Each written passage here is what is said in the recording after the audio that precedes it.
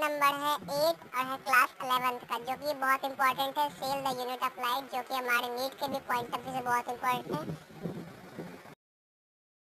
Okay, तो हम लोग स्टार्ट करते हैं। Cell the unit of light. पहले हम लोग जानेंगे सेल क्या होता है। देखो, सेल जो होता है वो किसी भी चीज़ का सबसे छोटा यूनिट होता है, क्योंकि दुनिया में कोई भी ऐसा जीव नहीं है जो कि बिना सेल का बना हो। हर जीव जो होता है वो सेल से मिलकर ही ओके गाइस, तो हम लोग एक एक करके सेल के बारे में पढ़ेंगे। पहले हम पढ़ेंगे व्हाट इज सेल, फिर पढ़ेंगे सेल थ्योरी, फिर पढ़ेंगे एन ओवरव्यू ऑफ सेल, फिर पढ़ेंगे प्रोकैरियोटिक सेल, फिर पढ़ेंगे यूकैरियोटिक सेल। एक एक करके। ओके, लेट्स स्टार्ट करते हैं। कह रहा है इसमें when you look around you see both living and non living things, you must have wondered and ask yourself what is it that makes an living organism, और what is that an inanimate things does not have which have living things has. And the answer to this is the presence of the basic unit of the life, and the cell is in all the living organism. Okay. Okay. और इसी के नीचे कह रहा है all organisms are composed of cell, and some are the composed of a single cell and are called unicellular, while the other like us composed of many cells are called the multicellular organism.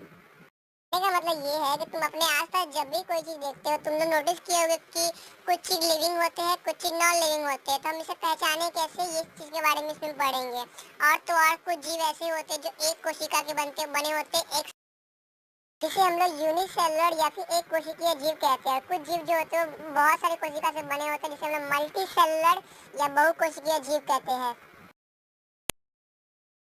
Okay, तो यहाँ तक कोई दिक्कत नहीं। इस पूरे chapter इस पूरे पैराग्राफ में बस यही कह रहा था कि हमारे आसपास जब भी तुम कोई चीज देखते हो तो क्या लिविंग है क्या नॉन लिविंग है। तुम जानते हो लिविंग जो होता है वो खा पी सकते हैं, नॉन लिविंग नहीं खा पी सकते हैं।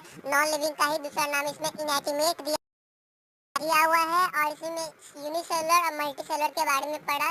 यूनिसेलुलर एक सेल से बनेगा, मल्टीसेलुलर बहुत सारे सेल से बनेगा। फिर हमारा अगला है what is a cell. Cell क्या होता है, तो रीड करते हैं। हम लोग जानते हैं ये सेल क्या एक बेसिक यूनिट है, but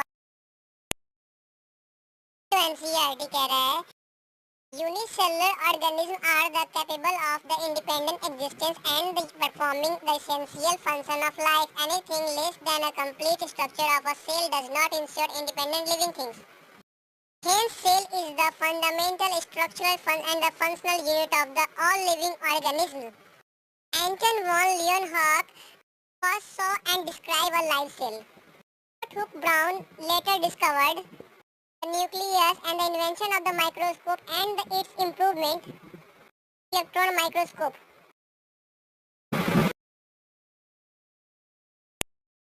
Electron microscope and revealed all the structure detail of the cell. इसमें कहने का मतलब ये है कि सेल जो होता है वो इंडिपेंडेंट एग्जिस्टेंस है। मतलब सेल जो होता है वो डिपेंड नहीं करता है किसी चीज़ पे, वो अपना काम सारा खुद ही कर लेता है और अपना पूरा स्ट्रक्चर को खुद ही, मतलब बोलते हैं ना, इंश्योर तो नहीं करता लिविंग, लेकिन एक प्रकार से अपना सारा ही लाइफ पूरा जो काम होता है वो खुद ही करता है।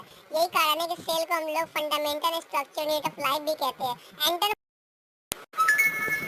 लियोनॉफ ने सबसे पहली बार देखा जाए तो उन्होंने लिविंग सेल का खोज किया गया था। वहीं पर न्यूक्लियस का खोज किया था पहली बार रॉबर्ट ब्राउन ने, और डेड सेल का खोज किया था रॉबर्ट हुक ने।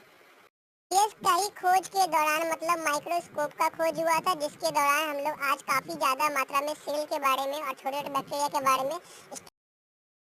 में जान पाते हैं, जो कि हमारे लिए बहुत इंप्रूवमेंट है।